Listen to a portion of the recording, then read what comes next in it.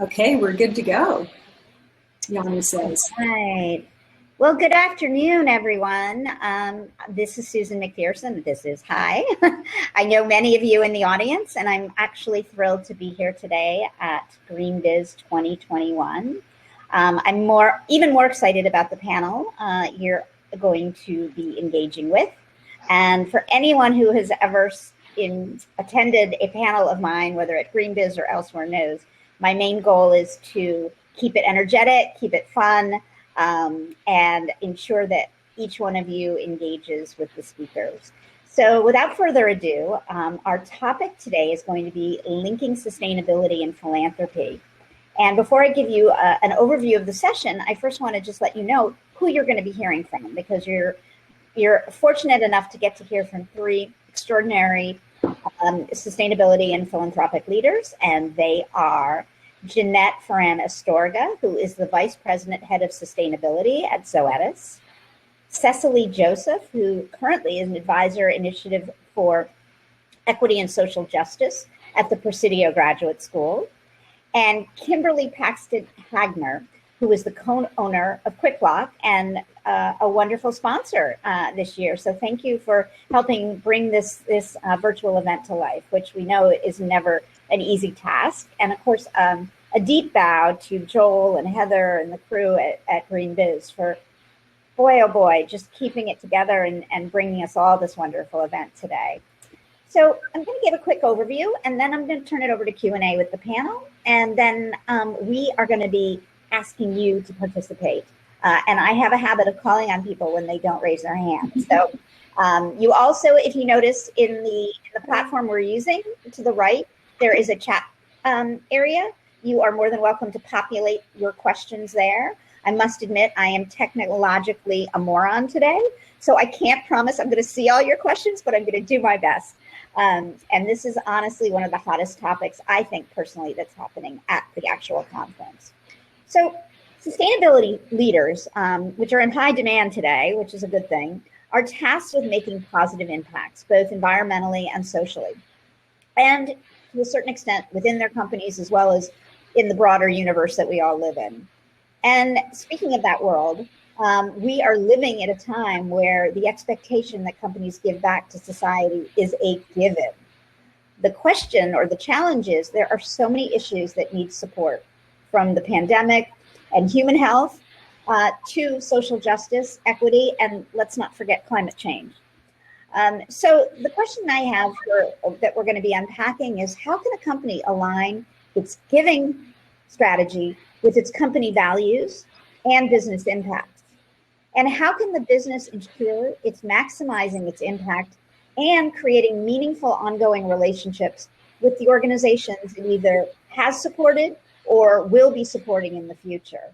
So we're going to dive into how these three sustainability leaders have done so, specifically connecting sustainability strategy with their philanthropy and corporate giving. So I would love if the three of you could give just a little color as to your background and what you're doing currently at the organizations you're working.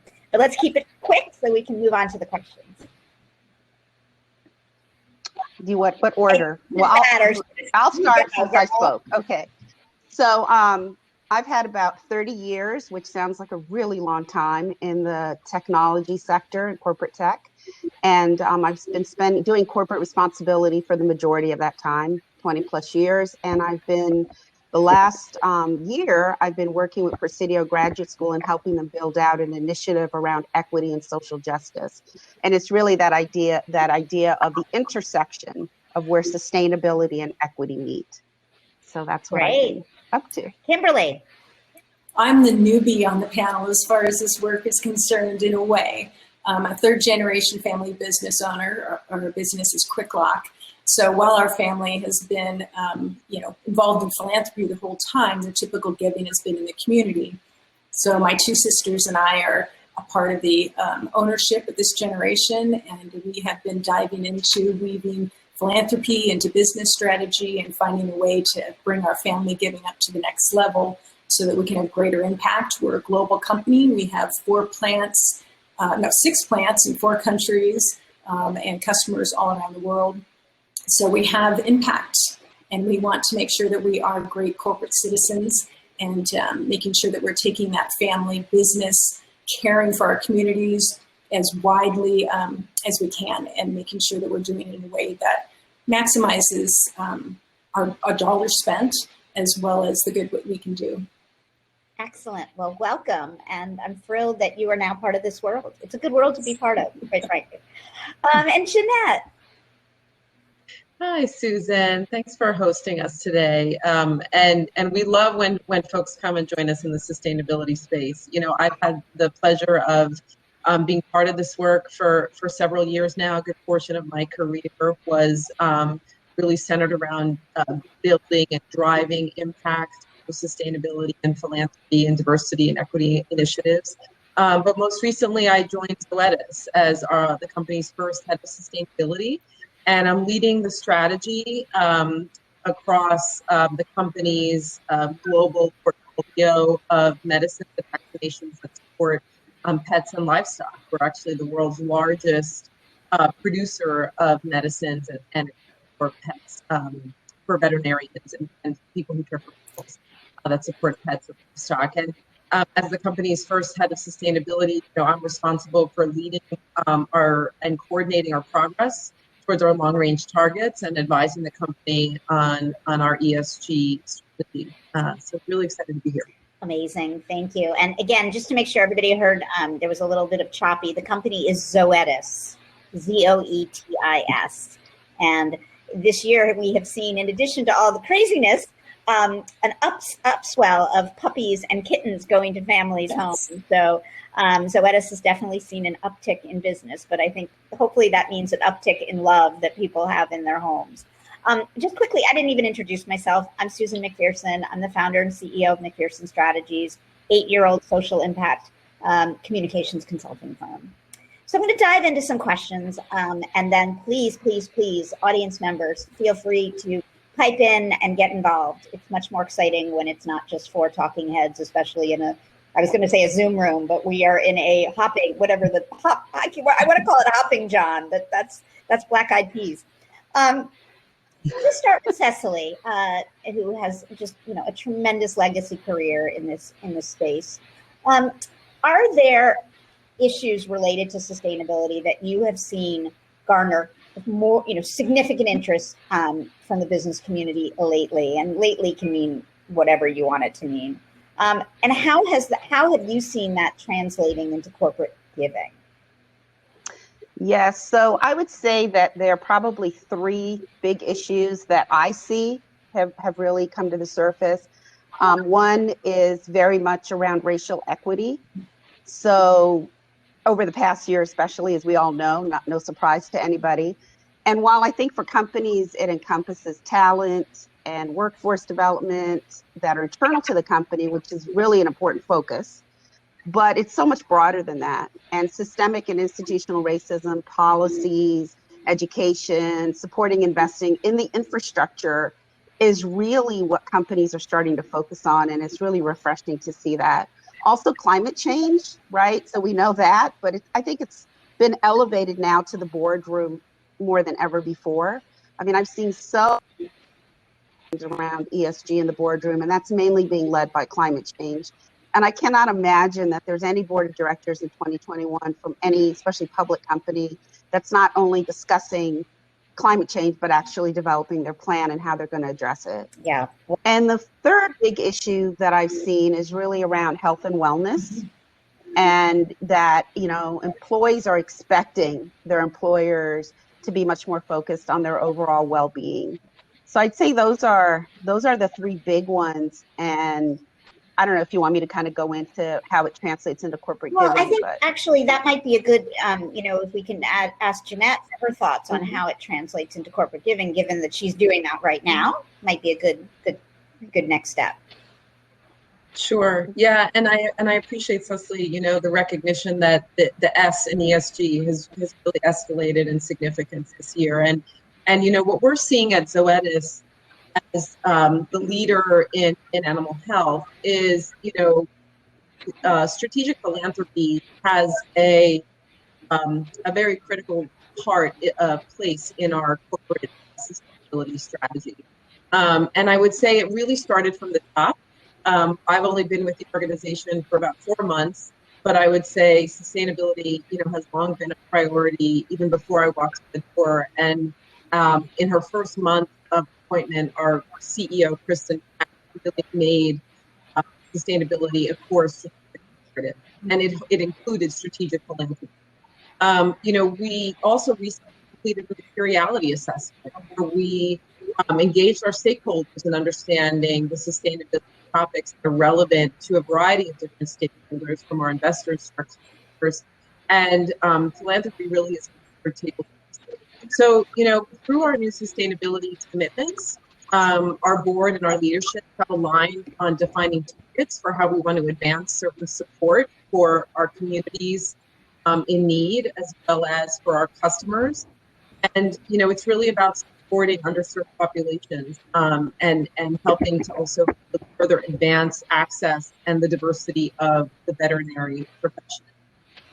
The exciting thing about the work we're doing at Zoetis is, sustainability really is a business strategy, and it builds on our purpose, which is to nurture our role in humankind and advancing the care for animals. So when we think about the role we play in advancing education for veterinary profession, in advancing the diversity of the profession, we see the direct link that these investments have in supporting animal health.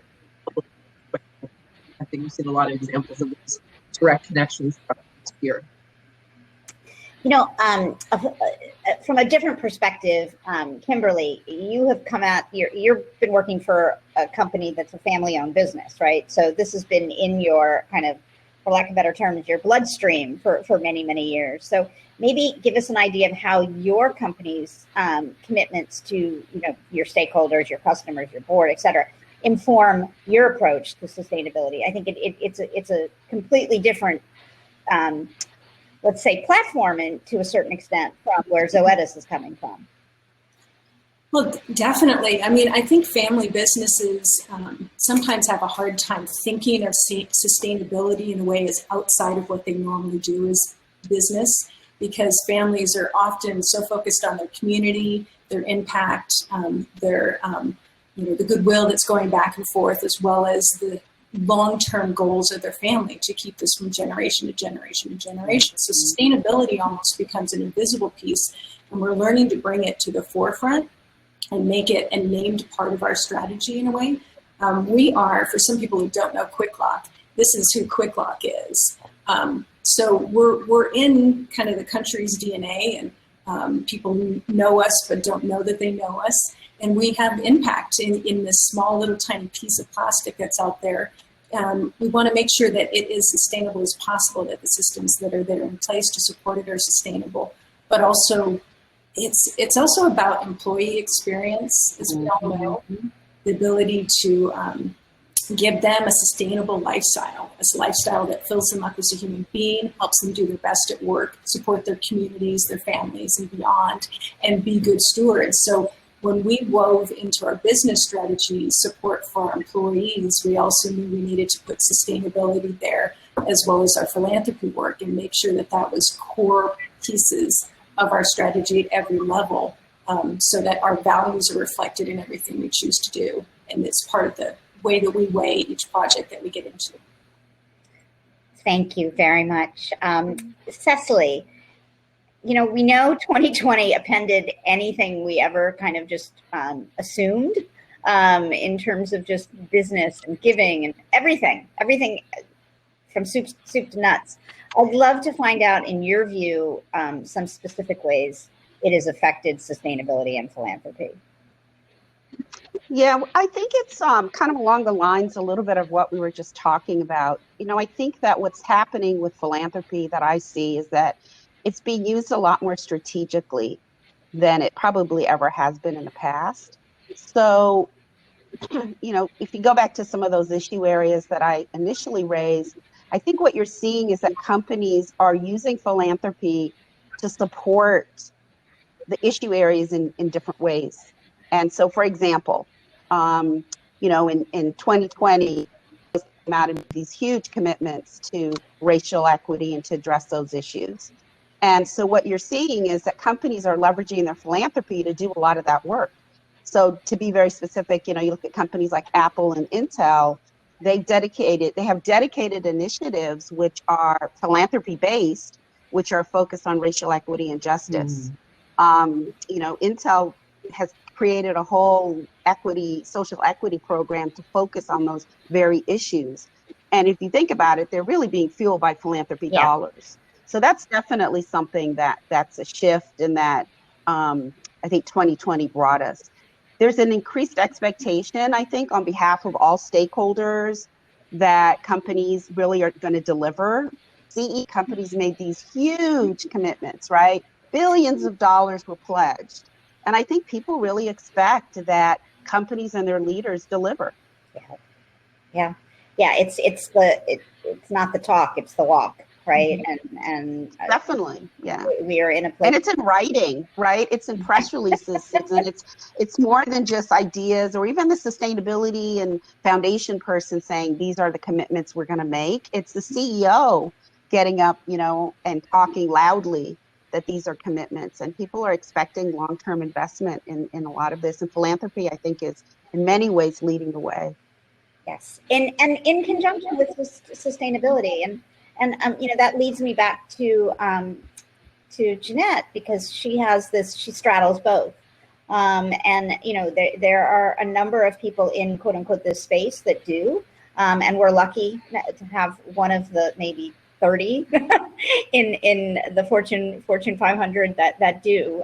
So Jeanette, I'd be curious how, given that you straddle both these roles, how you are maximizing impact and not only coming into this role fairly new, but start developing and creating long-lasting relationships with those organizations you are supporting. And maybe I don't mean to tag on yet another part of that question, but how has that changed in 2020?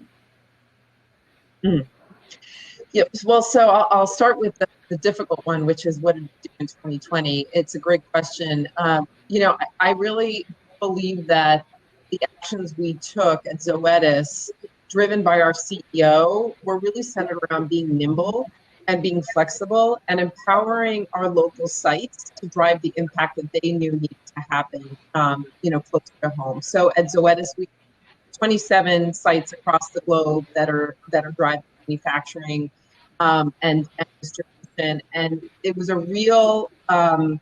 There was a very decentralized approach. We allowed those sites to pivot and be nimble. And whether it was supporting, with PPE to local hospitals from our PPE facilities, or it also included across the United States, a lot of our sites were donating through a Fill the Fridge campaign, donating our cold storage equipment to food pantries to be able to fresh, nutrient-dense food and protein for their shelters, which is often one of the reasons why it's difficult to maintain nutrient-dense food due to lack of cold storage. So really amazing stories across the globe of what we mobilize.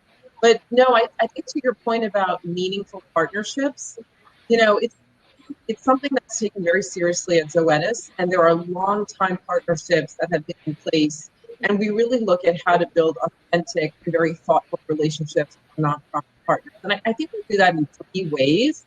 I would say, first and foremost, our leaders sit on the boards and are driving and offering tons of support and development for nonprofit partners. And that ranges from our CHRO to our heads of our commercial teams that really lean in and support in a very meaningful way. I think secondly, when we think of charitable partnerships, we really also enabled our local teams to manage programs and develop campaigns together. And that could range from our teams in Brazil that do amazing work to drive human-animal bond efforts, supporting pets that help visit families and hospitals during health crisis issues, or our field staff supporting, canine coverage, which enables retired police dogs to support veterans with PTSD. So again, very localized strategies. But I would say my favorite is the third example around how we co-create programs. We've done a lot of work over the history of the company with American Humane. And our leaders sat and literally, on the back of a napkin, developed amazing hero program awards for hero veterinarians, hero nurses, again, co-created by our two companies. Look for those points of intersection where we know, our strengths and their access can really create incredible value and impact. So it's been really fun for me to see all the ways the company's been driving this for many years. Well, I kept expecting to see you pop up at the Puppy Bowl on Sunday. So next time. I was actually, just a side note, in talk about inclusivity, there was a dog who was disabled, who was one of the puppies playing. And I just thought, what a powerful message that is. All right, back to sustainability and philanthropy.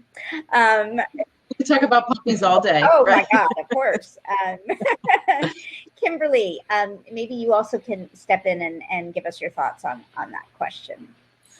Right. Well, I wanted to family businesses being a little bit different. I want to kind of weave the picture of how we started. My sisters and I stepped in 6 years ago when my father passed away. So we had to, get stuff under our feet. And then within about 3 years ago, we knew we had our new strategic business plan in base that was based on our values. So we had our values woven into our plan, 6 pillars in the plan. We figured out where sustainability could be accessed through those pillars and the important things we were trying to do in our work.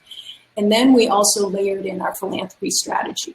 So we took some of those strategic business plan pillars out, called our 4 priorities when they're in relationship with our philanthropy strategy. And those 4 priorities are how we measure who we're going to engage with, and also try to layer on impact in those areas of opportunity, well-being, protection, and innovation. So that is one of the ways that we help kind of weave everything together, because sometimes when you're dealing with a smaller set of resources in some family businesses, you need to bring in outside help to help you figure out all the pieces of this. But you also need to sit with all the stakeholders in the room to figure out your direction forward. And so all those layers of it really help us continually go back and make sure that our philanthropy strategy is matching up with all of our other needs. And just like you were talking about, Jeanette, with trying to find more long-term partners, that's where we're moving into, because we want to have partnerships where we're actually interacting with them in a way that is part of our core business operations, so that we're weaving the two together. We have longer-term relationships. We're making longer commitments of money. They know they can count on it. We are an innovations company, so we do R&D as part of our business, and we want our partners to be able to have that freedom to research and develop the ways that work best for them to accomplish the impact that we're all trying to do in this world. So it's really interesting to have gone on this journey in the last 2 years and see where we've ended up, and we're always going to be learning and evolving. I love that. Can I add something, or just an observation? So it's interesting to hear Kimberly, because she said earlier that she's newer to this, but it's almost sometimes when you're newer to something, you start at the place where the rest of us took a long time to get there, right? And what I'm really hearing come out from Kimberly, and Jeanette touched on it too, is this interconnectedness between philanthropy and sustainability in a way we hadn't seen before. And I think it's because the issues are interconnected. Like if you think of sustainability as the big umbrella, and you think about all the issues under it, like there's social impact issues, and there's, corporate environmental responsibility, climate change, supply chain, human rights, all of those issues. You see how they're really interconnected, and that I think philanthropy is being used as a tool to kind of help all of those issues move further along, right? Just the last point is, if you look at Larry Fink's letter, which we all love and adore, from BlackRock, the interesting thing he said in this little paragraph coming towards the end is he talked about the interconnectedness of ESG and how it's no longer just a pure environmental or social issue anymore, but even if you look at climate change, right? It's really, look who's being most impacted globally. That's a climate justice issue, right? And so I think that's the same thing that we're seeing happen in how philanthropy is being used. So they're all just sort of coming together as one big solution, I guess. I think right? you raised a really good point. They can be, they inform each other, and they match well. And I think, we used to see them being very separate for all sorts of reasons, but everything is connected now. I mean, if anything we have learned from this past 12 months is that everything that you do affects me, and everything I do affects you.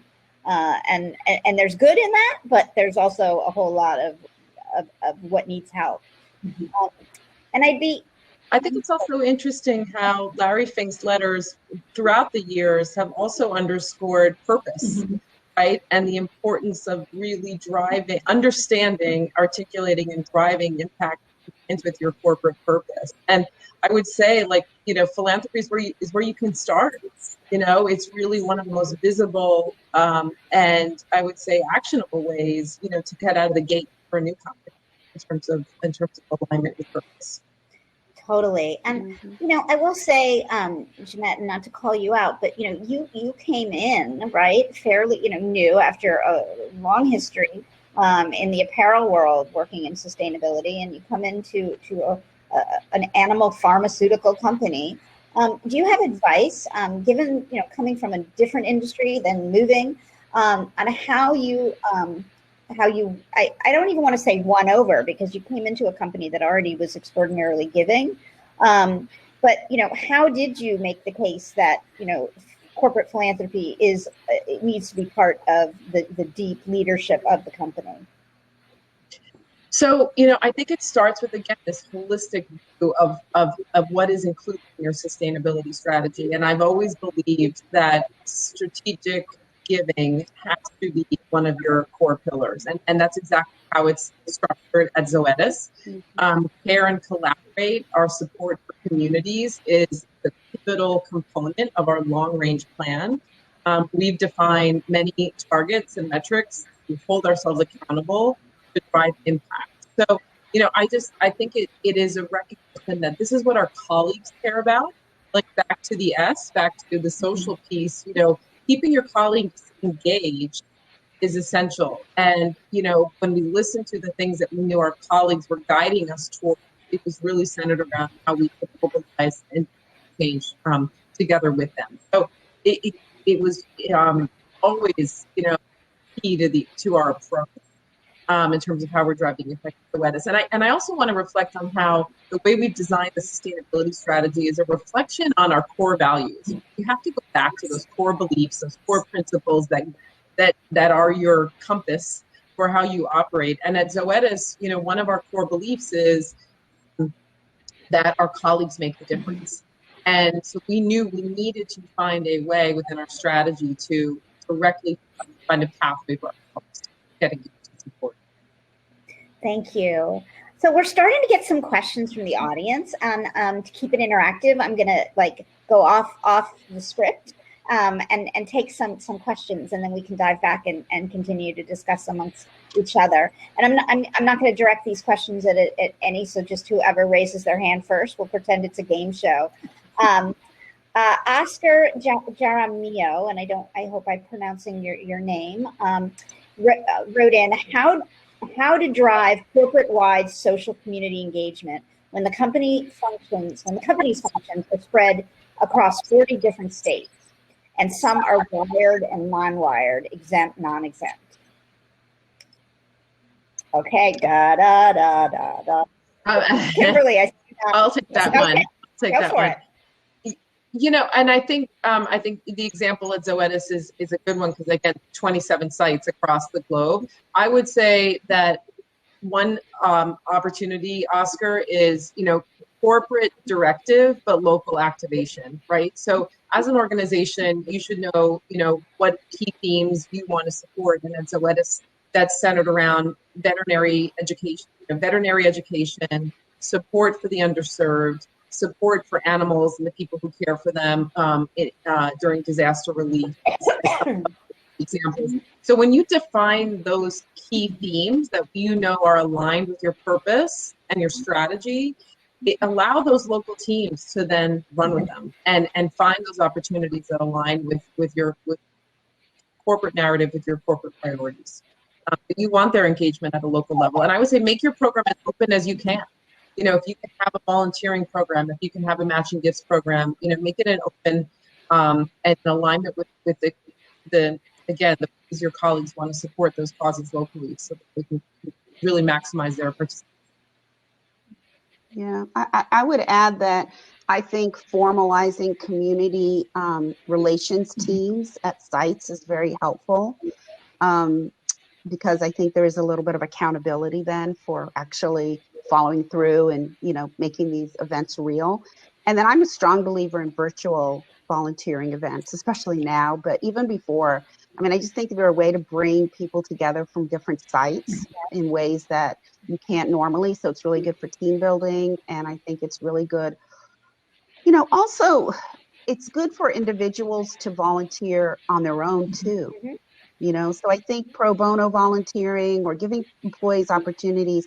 So as you said, like, you know, maybe doing charitable grants, but are dollars for doers, where people are, you know, volunteering at something locally that's important to them, that's relevant in their world, and the companies are supporting and rewarding them for it. I think that those are some other ideas. You know, Cecily, you completely connected us to the next question, which is, can you comment on employee volunteerism as linking with corporate giving?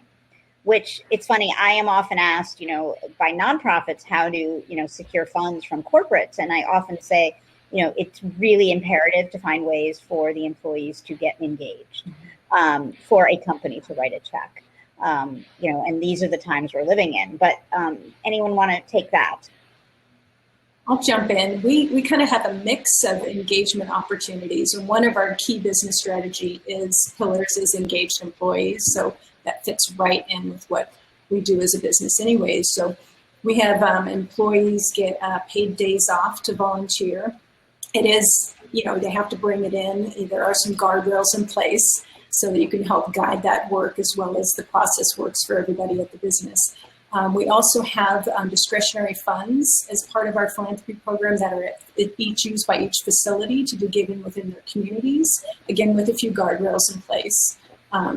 We have some urgent needs funds as part of our philanthropy giving that, again, can be given out outside of our giving cycle, our grant cycles, so that gives us some flexibility. And each of those levels gives us an opportunity for employees to give input, which builds engagement. It's kind of that feedback loop, so that they get to be a voice in at least a piece of our philanthropy program, as well as learning about what we're doing as a company. So it's how do we weave all that in and bring as many people along as possible. Kimberly, how many employees do you have? We have, I think we're a little bit above 330 worldwide, yeah. So it's a lot of different locations, and virtually certainly helps us all get a chance to tap in and feel as one company and to spread the culture around too. Great. Awesome. Anyone else want to add a little bit to that? Nope. All right. Well, I wanted to give an example, could I, Susan, of how you would link it back to the original theme of linking it to sustainability. So, you know, just if you take it all the way through, so your company has this big goal to reduce their carbon footprint, right? And I think part of this question, or these questions, are how do employees connect to that, right?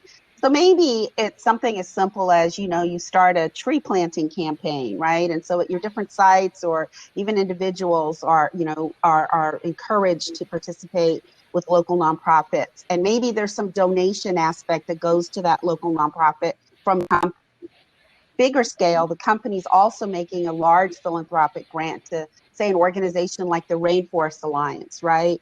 Which is really focused on forest protection and restoration and expansion. So all those ways you've now contributed to your carbon goal, reduction goal, and everybody's done a small piece of it, right? And I think that's how the pieces can be interconnected.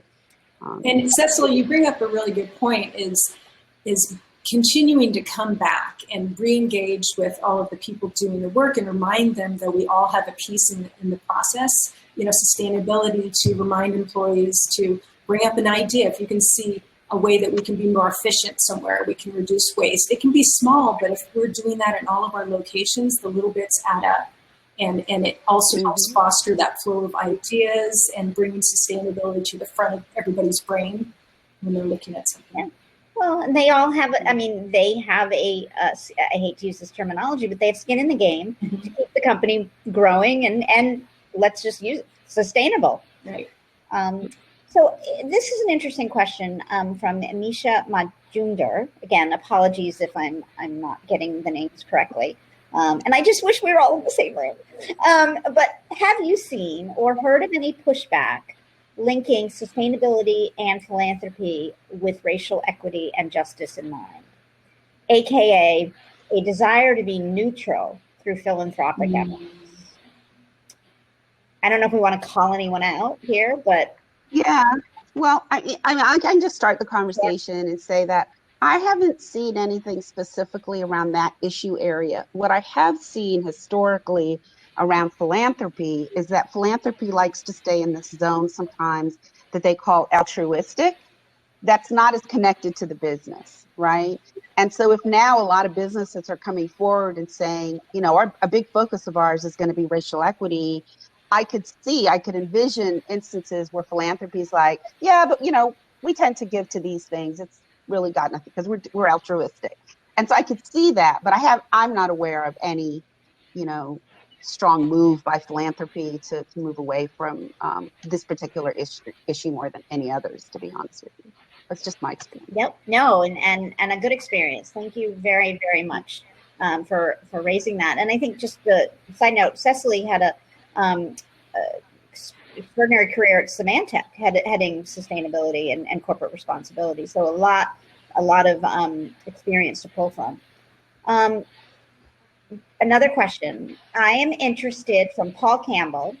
I'm interested in that as well. As an organization on employee engagement volunteerism side, we aim to tie those initiatives to giving. Oh, I guess it's more of a comment.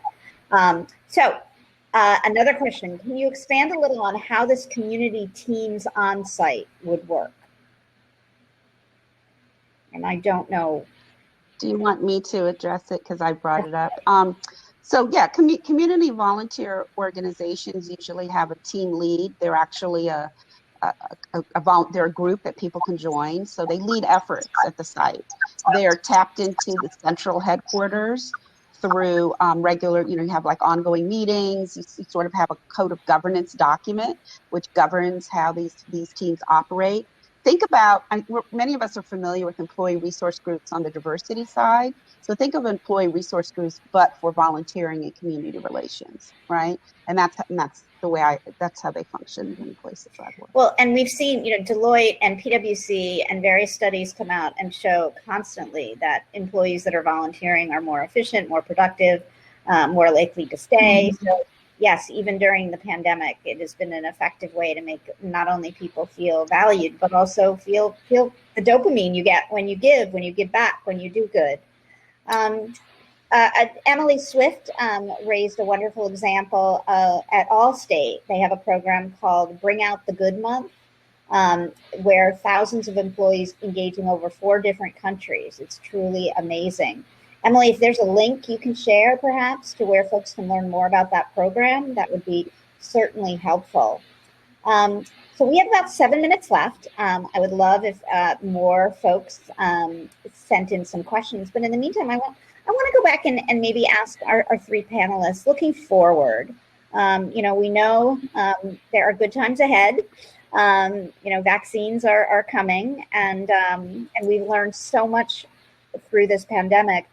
How do you feel from each of your perspectives at your organizations? What do you see as the future for philanthropy in conjunction? I realize it's a huge question, but one of interest, where the intersection of philanthropy and sustainability align. Yeah, I'm happy to start, and I think Zoetis is coming into this in a very exciting time because we're actually on the cusp of launching our sustainability strategy and our first long-range plan externally. And once that is in place, I think there's been pent-up demand from our colleagues to be able to come together and support. And I really love, Cecily, your example of how to bring teams together on sites, because I do think people want to come back to engaging and supporting corporate, social and environmental initiatives, through colleague engagement, So I see us really amplifying this approach in terms of whether it's a day of giving or whether it's, sustainability teams to share best practices around environmental, programs in office or lifestyle, opportunities. I think the colleague engagement piece is kind of something that really gets amplified as we envision our future return to work approach. And I also believe that the whole giving piece and companies having an opportunity to really enable and support their colleagues to give, whether it's through volunteer day off or a matching program. I think a lot of these are just great ways to re-engage people, bring people together when we've been apart way too long. Cecily, and then we do have a couple more questions. So, okay. Well, I just see the coming together of sustainability and philanthropy as continuing to grow for the long term. I don't see them as separate anymore. I think of ESG. And I think of philanthropy is firmly a big part of that and a necessary part of it. Hear, hear. Kimberly. I was hit by a quote I saw today from Sonia Renee, and she's in many things, but an author of The Body is Not an Apology. And one of the things she said is people talk about returning to normal. Times right now are very different. But she said, my friends, we are being given the opportunity to stitch a new garment, one that fits all of humanity and nature. And so I think that we are given the chance right now to see a lot of what is missing in all of the work that we do together as human beings on this planet, who's being left out, and given a chance to think of a new way to integrate all these beautiful souls into becoming the best we can be all together as human beings. That makes me think of Carson. Why am I spacing on her first name? Silent Spring and nature, and if anything, we know that everything, nature, it's all connected, as I mentioned at the beginning of this panel. There is an important question that I want to ask that Dave Kemp asked. Can you share your thoughts on what percentage of total revenue companies should dedicate to philanthropy? Which is all over the map, but I'd be curious. I think 1% of pre-tax profits. Okay. Any other thoughts there? It's a good place to start, right? Yes. Yeah, and I would also say that the CECP, they have some really good data on what companies are doing. So if you're looking to do research, pick up one of they do reports. You can go online and Google them, and they have some really good data about what different sectors are doing and giving, et cetera. We're constantly researching this in the space. Like, what's everybody doing? Where should we be? My number's probably outdated, so don't throw it in the trash if it is, but that's just a good place to start. No, they're an exceptional organization, and you're right. All their data is up for people to grab, which, in this day and age is really, really helpful and very informative to pushing the industry forward. We have 2 minutes left. So I think what I want to do is properly thank the three of you for your time, for your extraordinary information. So for the audience, please give a round of applause for Janetta Storga with Zoetis, Cecily Joseph with the Presidio Graduate School, and Kimberly Paxton Hagner at QuickLock. And again, Kimberly, thank you for QuickLock's support of the conference this year, as well as GreenBiz. Thank you so much.